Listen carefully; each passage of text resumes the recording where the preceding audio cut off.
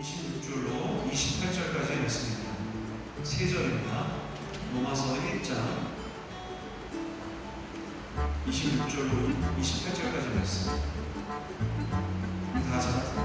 다 같이 자리에 일어나겠습니다.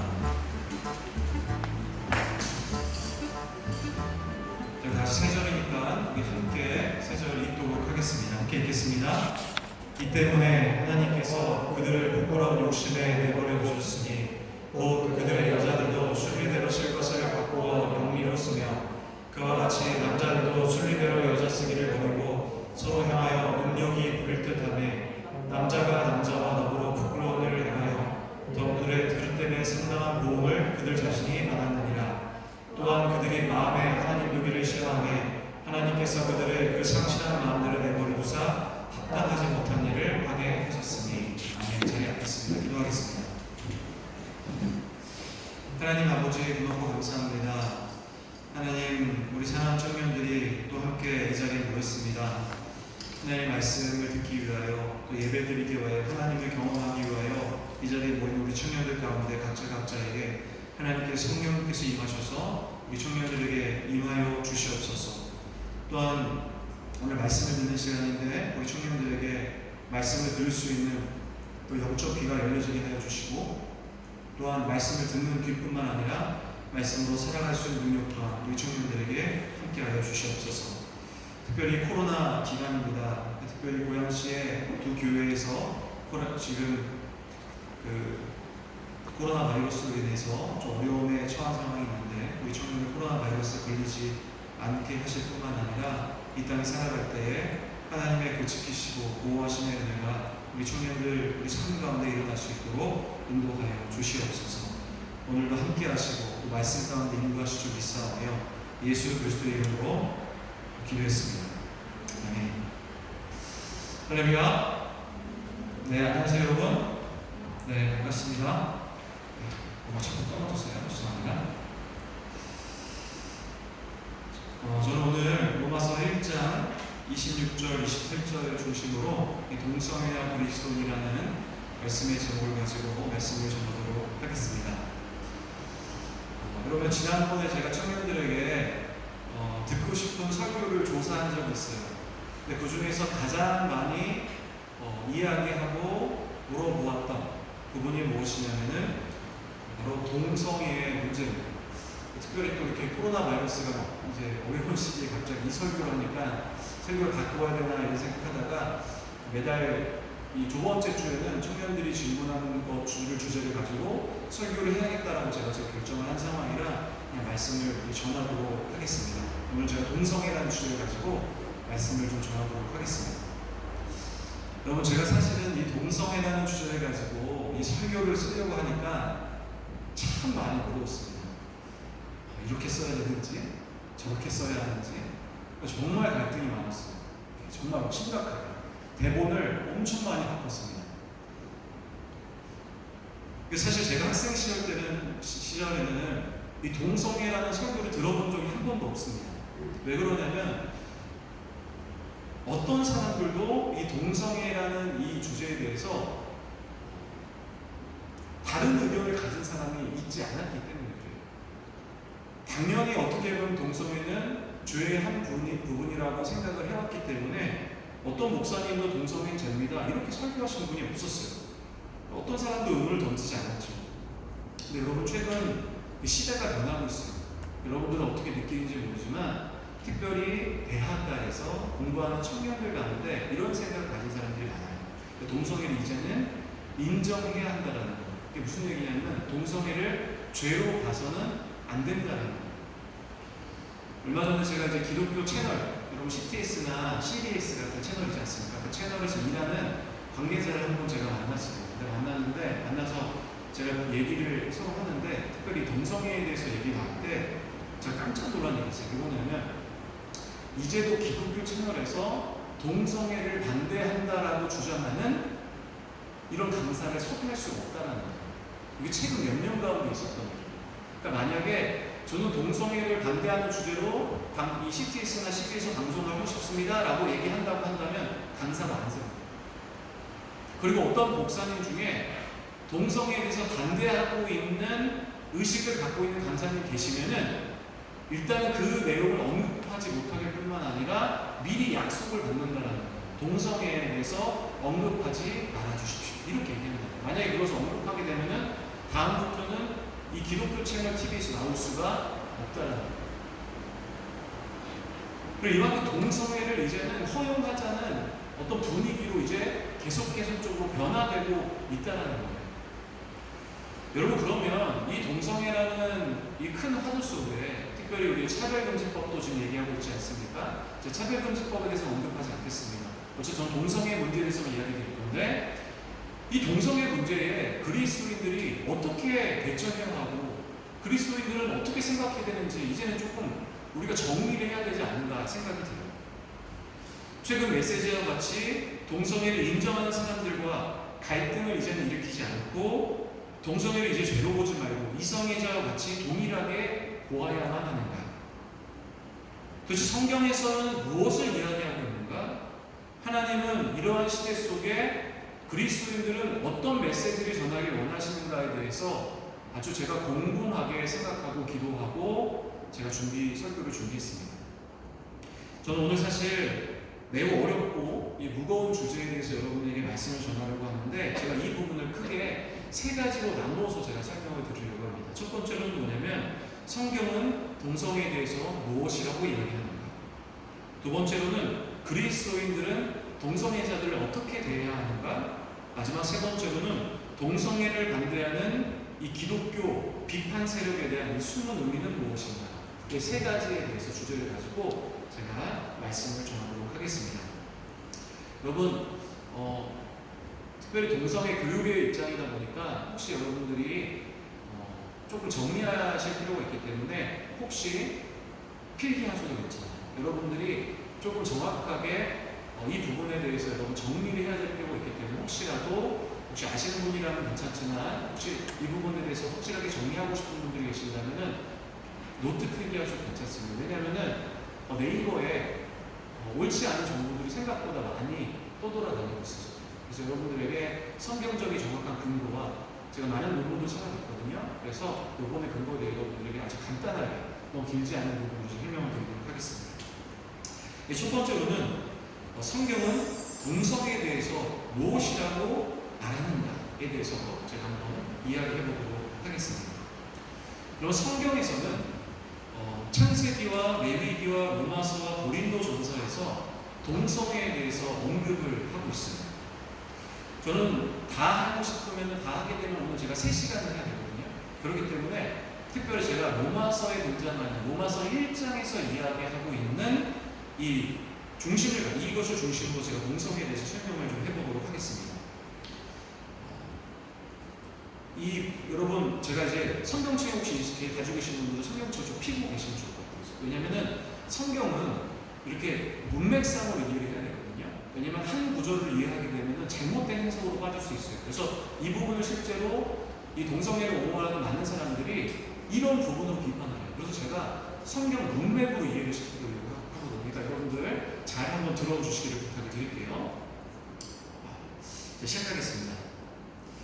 자, 로마서 1장 18절부터 제가 시작을 할 건데요. 로마서 1장 18절부터 23절에서는 바울이 무엇을 이야기하고 있냐면 이런 것을 얘기해요. 어떤 사람들이 이렇게 말하는 사람들이 있어요. 하나님을 모르는 사람도 있지 않습니까? 하나님을 모르는 사람들도 있는데 어떻게 하나님을 모르는 사람들이 존재함에도 불구하고 하나님은 이 땅을 심판할 수 있냐는 거예요. 이런 질문을 할 수 있잖아요. 예를 들면 조선시대는 하나님 모르는 사람이 있지 않으면 어떻게 예수 믿는 사람을 심판할 수 있는 이런 얘기를 꺼낼 수 있는 질문들을 할 수 있지 않습니까? 그래서 이 부분에서 바울이 18절부터 23절까지 무엇을 얘기해요? 이렇게 해요. 하나님께서 이 땅에 하나님을 알만한 것들을 보였다는 거예요. 그러니까 어떤 누구도 하나님을 모른다고 부인할 수 없다를 먼저 이야기해요. 예를 들면 이런 거예요. 우리가 산이나 바다를 보게 되면 막 엄청 아름다운 곳을 광경을 보게 되죠. 그렇지 않습니까? 너무 아름답다고 경험하게 되고 어떻게 누가 저렇게 만들었을까? 이런 탄식을 보낼 때도 있어요. 그렇지 않습니까? 그러니까 신이라는 존재가 존재하지 않고서는 이 땅에 이러한 일이 이 자연에 발생될 수 없다라고 생각해요. 그리고 우리가 살다 보면 우리가 소위 말하는 기적이라는 일들이 일어날 때가 있어요. 그렇지 않습니까? 그러니까 이런 일들을 보았을 때 하나님의 존재가 분명히 있을 수밖에 없다라고 생각할 수밖에 없다는 거예요. 그런데 그러면 왜 도대체 이 땅에 아름다운 자연과 어떻게 저걸 누가 만들었을까? 이 땅에 이런 기적 같은 일이 일어날 수 있을까? 라는 질문이 왜 우리가 할 수 있느냐? 이 부분을 바울은 20절에 설명해요. 우리 다 같이 한번 읽어볼게요. 오늘은 성경을 다 읽어볼 겁니다. 함께 다 같이 읽어보겠습니다. 믿겠습니다. 20절이에요. 시작! 창세로부터 그의 보이지 아니하는 것들 곧 그의 영원하신 능력과 신성이 그가 만드신 만물에 분명히 보여 알려졌나니 그러므로 그들이 핑계하지 못할지니라. 여러분 이게 무슨 얘기인지 아시겠죠? 하나님이 이 땅에는 하나님의 능력도 지금 존재하고 있고 하나님의 신성이 존재하고 있기 때문에 이 땅에 많은 세상의 현상들과 자연의 모습들은 하나님이 존재한다라고 우리는 생각할 수 있다는 거예요. 바울이 먼저 이것을 이야기해요. 그런데 사람은 이러한 세상 속에 존재하는 하나님의 신성과 인성이 드러남에도 불구하고 사람은 어떻게 반응하냐면 하나님을 거부했다라고 반응해요. 그래서 그들의 예를 표현하는데 어떤 예가 하냐면은 그들이 무엇을 하냐면은 하나님을 섬기지 않고 이상하게도 사람들이나 어떤 동물의 모양을 가지고 그들을 우상으로 숭배했다라는 거예요. 그러니까 예를 들면 이런 거예요. 우리가 역사적으로 보면 이런 일 있지 않습니까? 신은 막 뛰어난 리더십을 갖고 있거나 전쟁에 능한 사람이 있으면 이 사람들 우리가 어떻게 합니까? 그들을 신으로 합니다. 그리스의 신 같은 신들을 이야기하지 않습니까? 뭔가 뛰어난 존재를 보면서 뭔가 전 특별하다라고 보면서 그들을 신으로 만드는 거예요. 그리고 예를 들면 동물이나 자연을 보면서 자연의 어떤 인간이 도달할 수 없는 현상을 보면서 어떻게 반응하냐면 와 저것은 신이다. 그래서 하늘도 신이요, 땅도 신이요, 비도 신이고 바람도 신이라고 얘기하는 거예요. 그리고 두려운 동물이 있으면 그 동물을 돌이나 나무로 깎아갖고 그들을 신으로 손댔다는 거예요. 그게 지금까지 이루어왔던 역사라는 거죠. 그러니까 하나님이 이 땅에 사람들에게 하나님의 신성과 인성을 보여줬음에도 불구하고 인간들은 거부하고 그리고 오히려는 우상을 섬기는 모습을 보며 살았다. 그리고 나서 하나님이 어떤 선택을 하시냐면 이 선택을 하셔요. 내버려 뒀다. 로마서 1장 24절이고 같이 읽어볼게요. 함께 읽겠습니다. 그러므로 하나님께서 그들을 마음의 정욕대로 더러움에 내버려 두사 그들의 몸을 서로 욕되게 하셨습니다. 제가 나중에 청년들한테 이 주제를 설명할 거예요. 악인의 존재. 왜 악은 존재하는가? 이 문제가 나중에 할 때 제가 설명할 건데 하나님이 인간이 우상을 숭배하는 모습, 하나님을 거부하고 그리고 우상을 숭배하는 모습을 보면서 하나님은 어떻게 하셨냐면은 내버려 두신다. 이 땅에. 그러니까 사실 하나님의 심판의 방법 중에 하나가 뭐냐면은 인간을 그냥 죄를 짓고 내버려 두는 거예요. 제가 가끔 제 신앙생활하다가 질문하신 분들이 이런 질문을 해요. 왜 악인은 이 땅에서 잘 먹고 잘 삽니까? 여러 가지 답변을 할 수 있겠지만 그 중에 하나의 답변이 뭐냐면은 하나님이 심판은 반드시 불의 심판이 아닐 수 있다. 오늘 본문에 보니까 뭐라고 말할까? 내버려 뒀다. 그러니까 결국은 인간 스스로가 어떤 죄성을 가지고 스스로 살아가는 이 죄를 막 행동하는 모습을 그대로 내버려 두는 그 자체가 뭐냐면은 심판이다.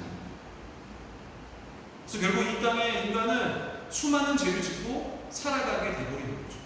그래서 그 부분을 26절부터 32절까지 언급을 하고 있어요. 그래서 26절은 무엇으로 시작을 하냐면 이 때문에 라고 시작을 해요.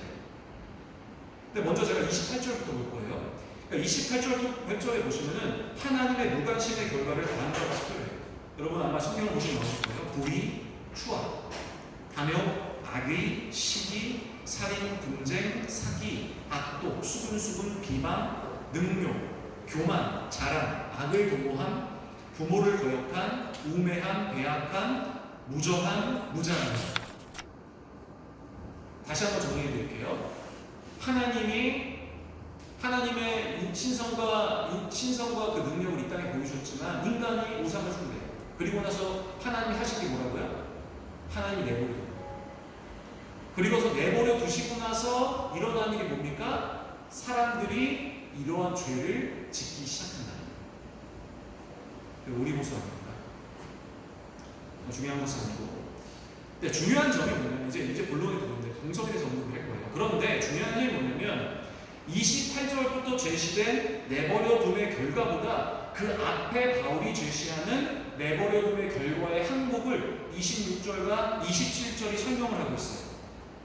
그게 그것이 무엇이냐면 바로 동성애예요. 자, 다 같이 26절, 27절 읽어볼 텐데 여러분이 좀 이해하기 쉽게 하기 위해서 공동번역 성경으로 제가 여러분들랑 읽어볼게요. 같이 한번 읽어보겠습니다. 함께 읽겠습니다. 인간이 이렇게 타락했기 때문에 하나님께서는 그들이 부끄러운 욕정에 빠지는 것을 그대로 내버려 두셨습니다. 내버렸다고 그랬죠.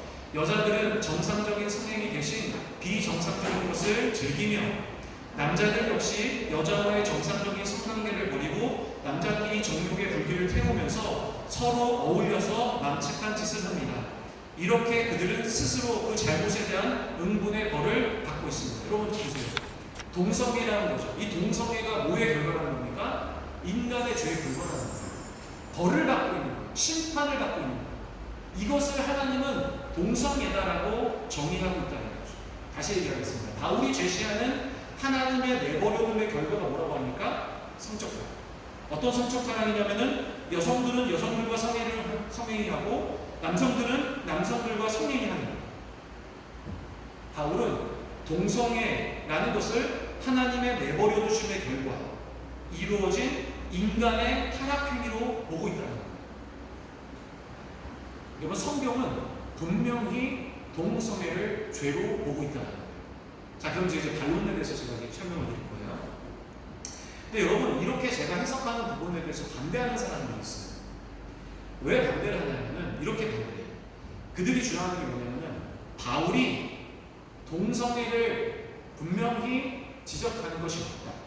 그러나 그들이 지적하는 것은 동성애 자체가 아니라 당시에 로마의 힘 있는 자들에 의해서 무분별하게 벌어진 동성애적 성관계를 반대한다라고 이야기해요. 그러니까 동성애 씨가 뭐라고 얘기하냐면 동성애를 지지하는 사람들도 물란한 동성애 성관계 하는 사람들 있잖아요. 그 사람들 반대한다고 얘기해요. 그러니까 예를 들면 이런 거예요. 동성을 사랑하는 동성끼리 서로 사랑하면서 가정을 이룬다는 거예요. 그리고 이들은 다른 사람들과 다르게 무분별한 성관계를 안 해요. 그냥 그 한 사람과 가정을 이루고 평생 살아가는 사람. 이 사람을 지금 옹호하잖아요. 왜냐하면 당시 바울 시대 때는 이 바울이 주적하는 동성애라는 것이 문화적으로 봤을 때, 역사적으로 봤을 때 틀릴 수 있다는 거예요. 그러니까 예를 들어 제가 설명해 볼게요. 그러니까 사실 실제로 그들의 주장이 틀리지가 않아요. 왜 그러냐면 당시 로마 시대 때 이 동성애는 어떤 식으로 이루어졌냐면 힘 있는 사람들의 상호였어요. 로마의 동성애는 당시 돈이 많고 높은 지위에 있는 사람들이 예를 들면 이런 사람들 18세 미만의 소년들 그리고 가난한 청년들 그리고 노예들을 불러들여서 강제로 성관계를 맺었어요. 어떤 서로 애정에 기반한 성관계도 아니고 수평적인 성관계도 아니었어요. 오직 권력자와 재력가를 위한 이 권력자와 재력가의 이 쾌락을 위해서 있었던 것이 뭐냐면 바로 이 로마 시대 때 동성애예요. 그러면 실제로 이 시대적과 역사적인 문맥에서 봤을 때 로마 이 바울이 지적하는 것은 이런 부분입니다. 무분별한 동성애 그리고 힘 있는 자들의 동성애를 이야기하는 것일까? 이렇게 생각할 수 없죠. 바울이 주장하는 그런 것일까? 그렇지 않습니다. 다시 한번 26절과 27절을 읽어볼 텐데 이건 개역개정을 읽어보겠습니다. 다시 한번 읽어볼게요. 함께 읽겠습니다. 이 때문에 하나님께서 그들을 부끄러운 욕심에 내버려 주셨으니 곧 그들의 여자들도 순리대로 쓸 것을 바꾸어 영리로 쓰며 그와 같이 남자들도 순리대로 여자 쓰기를 버리고 서로 향하여 음욕이 부릴 듯하며 남자가 남자와 더불어 부끄러운 일을 행하여 그들의 그릇된 상당한 도움을 그들 자신이 받았느니라. 바울이 본문 로마서 1장 26절과 27절에 동성애를 반대함에 있어서 이에 대한 근거로 사용하는 단어가 있어요. 그게 뭐냐면은 이 단어가 순리와 영리라는 단어예요. 동성애를 뭐라고 표현하냐면 영리다라고 표현하고 정상적인 성관계를 하는 사람들을 순리다라고 표현해요. 여러분 순리라는 단어는 헬라어로 피시스라고 단어를 표현해요. 근데 이것을 영어 성경에서는 모든 영어 성경의 번역을 뭐라고 표현하냐면 네이처라고 표현해요. 네이처. 여러분 우리가 네이처라고 하면은 우리가 아는 표현은 뭐냐면 생태계적 자연이라고 표현하는 것도 있지만 그게 일반적 표현입니다. 그러나 또 많이 쓰여지는 네이처라는 단어의 뜻은 무엇이냐면 영명사전에 보시면 이렇게 나와요. 베이직 캐릭터다. 이렇게 베이직 캐릭터. 이걸 번역하면 무엇입니까? 기초적인 특징이다라고 표현하는 거죠. 그러니까 바울이 지금 동성애를 반대하는 거예요. 근데 바울이 동성애를 반대할 때 쓰여지는 이 근거를 무엇을 얘기하냐면 피시스를 얘기해요. 이게 무엇을 얘기합니까? 인간의 기초적인 성적 특징을 가지고 이 이야기를 반대하고 있다. 무슨 얘기 이해되세요? 바울이 지금 동성애를 언급하고 있어요. 실제로 동성애는 로마 시대 때 그렇게 이루어졌어요. 맞아요. 그들의 주장이. 그런데 바울이 이 동성애를 반대할 때 쓰고 있는 이 근거를 무엇을 사용하냐면 피시스를 쓰는 거예요. 피시스라는 건 뭐라면은 인간의 기초적인 특징이에요. 근데 이 기초적인 특징이 내 입장에서 반대를 하고 있기 때문에 이것은 단순히 육체적인 어떤 재력과 의한 동성애의 반대라고 말할 수 없는 거예요. 왜 그러냐? 이 기초적인 성적 특징을 누가 이야기하고 있냐? 바로 창세기 1장 24절에서 있고요. 자, 한번 읽어볼게요. 함께 읽겠습니다. 하나님이 이르시되 땅은 생물을 그 종류대로 내되 가축과 기는 것과 땅의 짐승을 종류대로 내라 하시니 그대로 제가 번역이 잘못됐네요. 1장 24절이 아니네요. 1장 24절이 아니라 제가 찾아드릴게요.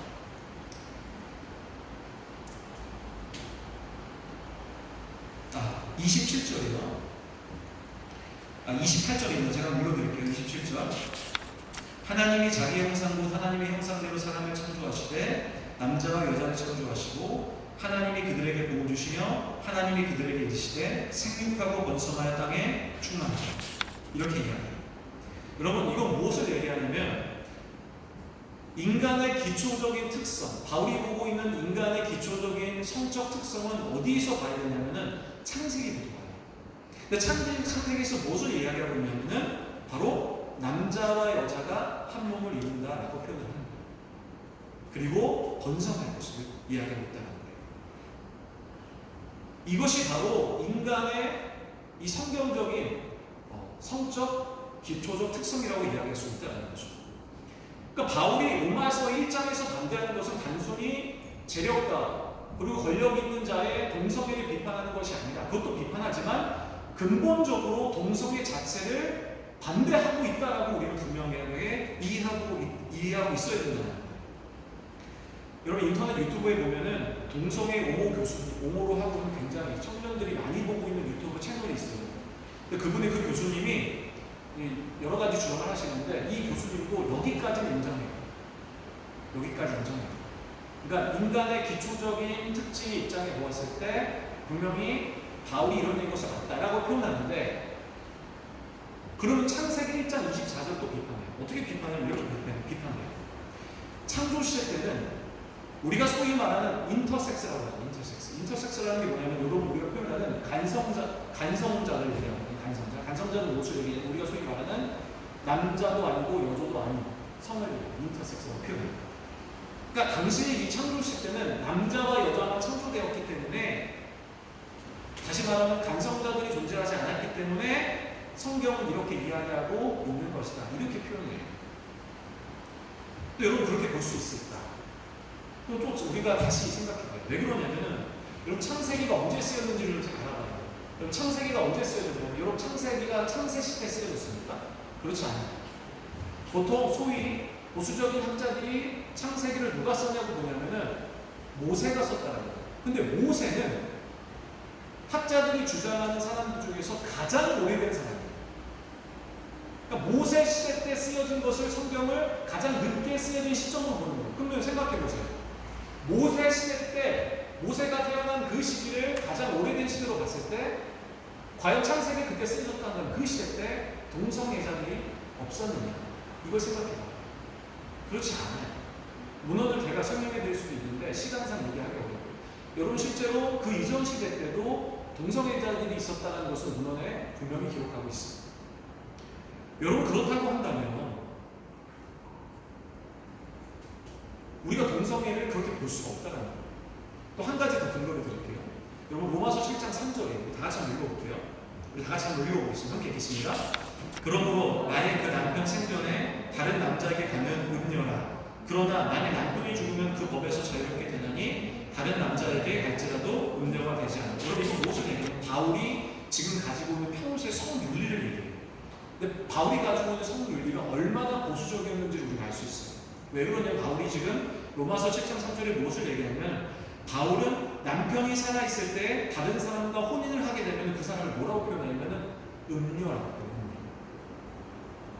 사실 여러분 지금도 이렇게 하진 않잖아요. 만약에 어떤 분이 결혼하고 이혼해서 어떤 사람과 가정을 이룬다고 하는데 그 사람을 음녀라고 보는 사람은 지금 없어요. 근데 심지어는 바울은 이 정도로 성적 윤리가 보수적이었던 사람이에요. 근데 하는 왜요? 바울이 이렇게 보수적인 입장이었는데 동성애를 인정했다라고 보는 것은 어려운 일을 안 했습니다. 여러분 어떻게 생각하세요? 사랑하는 청년 여러분, 저는 꼰대가 아닙니다. 저는 보수 꼰통이 아니에요. 제가 왜 이렇게 설명하냐면 이렇게 말하는 이유는 많은 사람들이 동성애를 반대하는 사람을 향해서 이렇게 이야기해요.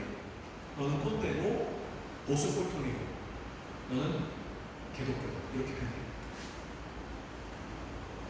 근데 여러분 분명히 우리 알아야 될 것은 무엇이냐면 성경은 분명히 동성애를 반대하고 있다.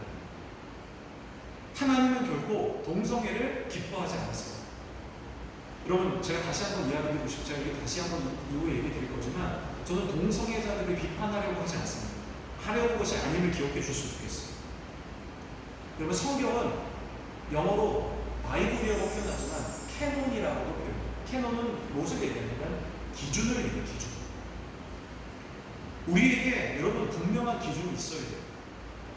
하나님께서는 동성애를 반대하신다는 기억해야 돼요. 만약에 여러분 우리 가운데 기준이 없다고 한다면 여러분 지금 우리가 가지고 있는 성윤리조차도 언젠가는 모두 무너질 수 있어요. 그래서 여러분 우리에게는 절대적인 성윤리가 있어야 한다. 이것이 없다면 여러분 지금은 동성애 문제로 끝날 수 있지만 그 이후에는 어떤 문제로 나아갈지는 사실 우리가 알 수 없다. 다시 한번 이야기 드리겠습니다. 성경은 동성애를 분명히 반대하고 있어요. 우리의 성윤리를 성경 기준으로 올바르게 세워야 할 때 왜 그렇습니까? 지금 많은 사람들이 이것을 비판하고 있기 때문에 여러분 청년들 꼭 기억하세요. 동성애는 성경에서 반대하는 것이 꼭 성경적인 윤리를 세우시기를 부탁드리겠습니다. 두 번째 주제를 갖고 얘기해 볼게요. 두 번째는 그리스도인은 동성애자들을 어떻게 대해야만 하는가에 대해서 이야기해 보도록 하겠습니다. 이제 짧게 할 겁니다. 그럼 어떤 학자들은 동성애 인구 비율이 10%라고 말하는 사람이 있어요. 어떤 사람들은 5%다. 어떤 사람들은 1%라고 보는 사람도 있어요. 아무도 알 수 없습니다. 여러분 중요한 것은 1%, 5%, 10%이든 동성애자들은 현실 사회 속에 어떤 존재냐면은 소수자다. 이게 중요해요. 동성애자들은 어떤 비율이 됐든 간에 지금 현실 속에서 봤을 때는 소수자라고 말할 수 있어요. 사람은 자신이 잘하는 부분을 가지고 못하는 사람들을 비판하는 경향이 있어요. 여러분 인정하세요? 내가 뭔가를 좀 잘하면은 그걸 가지고 못하는 사람이 있으면은 속으로 비판하려고 하는 그런 마음들이 있어요. 예를 들면 이런 거예요. 어떤 사람이 굉장히 성실한 사람이 있어요. 근데 이 성실한 사람이 어떻게 일하면 실제로 살 때 부지런하게 일하고 자신의 일에 굉장히 최선을 다해요. 사람들한테 좋은 평가를 받죠. 그런데 문제는 뭐냐면 내가 잘하면 어떤 사람이 딱 왔을 때 그 사람이 내가 생각하는 것만큼 하지 못한 일이 생기게 되면 어떻게 행동하냐면 그 사람들을 무의식적으로 어떤 사람은 직설적으로 표현하는 사람도 있고 마음으로 표현하는 사람도 있는데 그들이 어떻게 행동하냐면 비판하는 경향이 있다는 거예요. 내가 잘하면 다른 사람을 비판하는 거죠. 만약 동성애자들의 인구가 10%라고 본다고 한다면 이성애자들의 인구가 90%예요. 그러니까 대부분의 사람들이 이성애를 추구하고 있다는 거죠. 아마 여기 있는 사람 대부분 사람들도 제가 이야기했을 때 반감을 갖는 사람은 많지 않을 거예요. 그러다 보니까 대부분이 정상적인 성윤리를 따르는 사람들이 반대의 성윤리를 갖고 있는 사람들을 어떻게 하냐면 비판하는 모습을 많이 보인다는 거예요.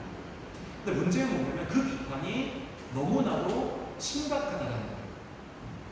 심지어 함께 더불어 살아가는 것이 어려운 사람들도 있다는 거죠.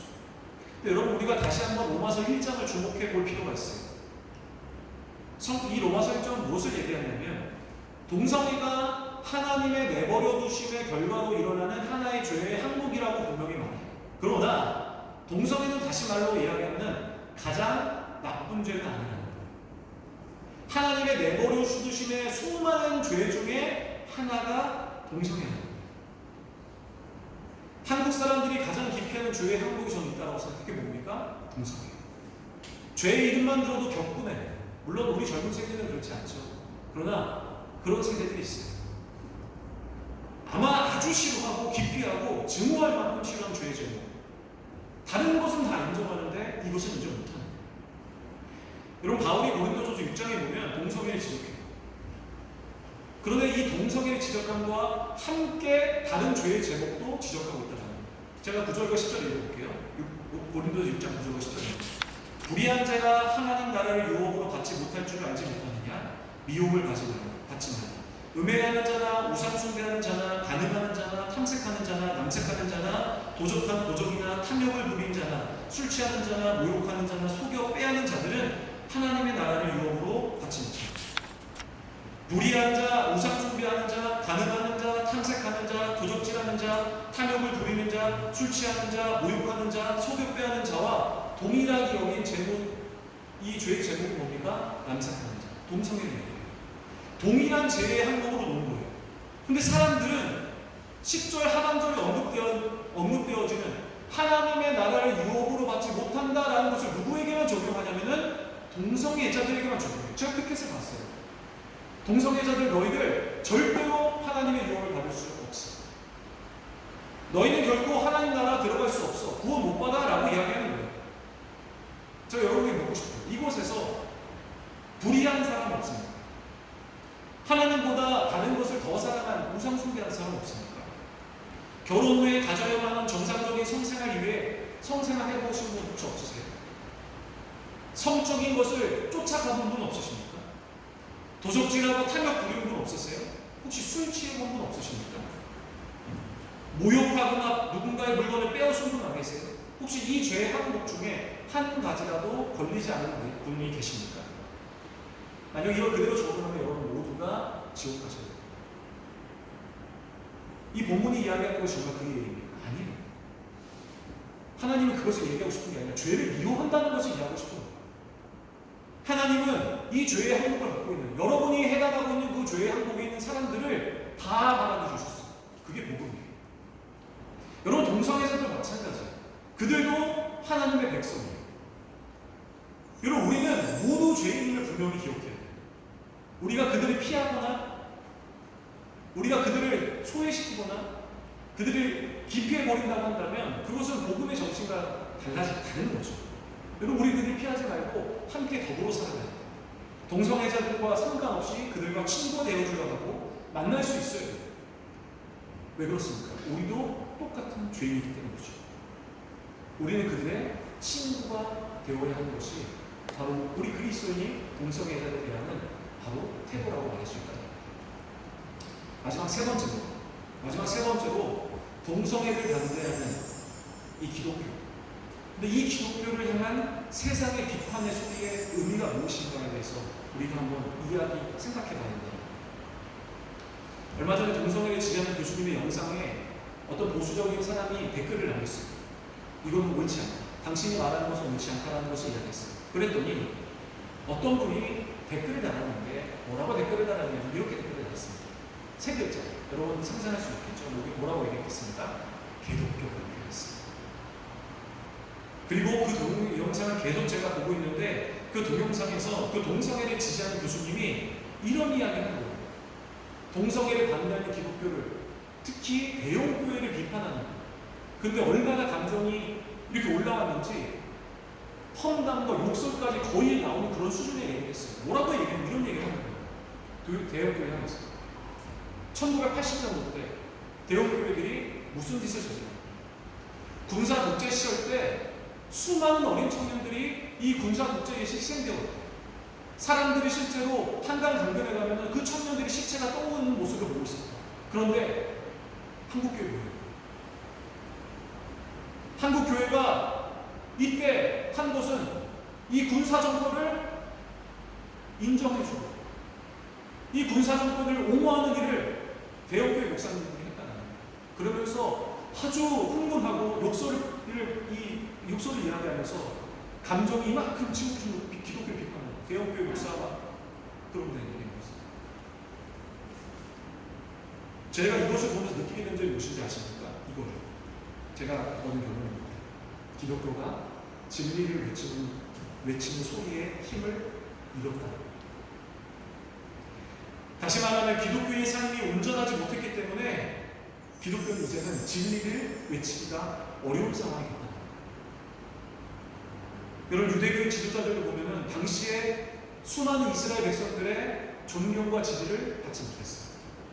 겉으로는 화려하고 종교적인 복장이 있었지만 그들의 삶은 종교의 이름하에 무엇을 얘기했냐면은 바로 자신들의 이권을 주장했다.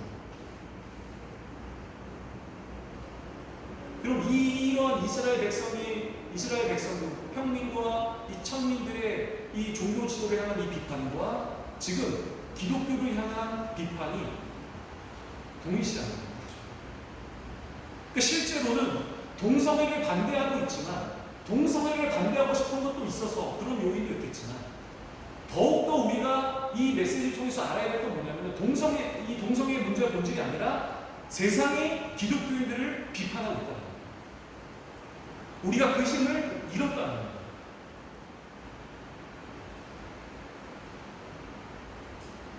여러분, 우리가 이런 시대 속에 동성애를 반대하는 세상 속에 우리는 어떻게 해나가야 될까요? 갈등이 되죠. 먼저 우리는 동성애 문제보다 우리 삶을 한번 돌아봐요. 나는 하나님이 주신 이 땅에서 거룩하게 살아가고 있는가? 하나님 말씀대로 진실하고 성실하게 살아가고 있는가? 동성애를 반대하는 기독교에 대한 비판, 이 비판은 동성애 자체 비판이라기보다는 우리 삶의 비판이라는 사실을 기억해야 된다는 거죠. 근데 문제는 무엇이냐? 여러분, 중요한 것이 있습니다. 동성애의 비판을 주장하는 이 기독교를 향한 비판 소리에 우리는 그렇다고 하여 동성애를 인정해서는 안 된다. 인정하는 것이 아니라 우리는 우리의 삶을 돌아보고 그들을 사랑으로 대해야 자, 말씀 정리합니다. 동성애를 옹호하는 분들 중 이런 말씀하시는 분들 말씀하는 분들 계세요. 뭐라고 말씀하시냐면, 만약 기독교가 동성애를 죄로 규정하게 되면 결코 이 교회는 동성애자들이 들어올 수 없다라고 얘기해요. 어떻게 보면 맞는 이야기인 것 같기도 하죠. 저는 여러분 그렇게 생각하지 않습니다. 여러분, 복음은 먼저 이것을 규정해요. 우리 다 같이 모아서 3장 10절 함께 읽어볼게요. 우리 다 같이 읽어보면서 함께 읽겠습니다. 기록된 바 의인은 온난이 하나도 없습니다. 여러분, 성경은 무엇을 얘기합니까? 복음은 우리 모두 죄인이라는 거예요. 자신이 진정한 죄인을 인정하는 공동체가 교회예요. 여러분, 내가 진정한 죄인임을 인정한다고 한다면 세상의 어떤 죄인들도 우리가 비판할 수 있겠습니까? 없겠습니다. 그럴 수 없죠. 그래서 교회는 동성애자들과 함께 나아갈 수 있는 거예요.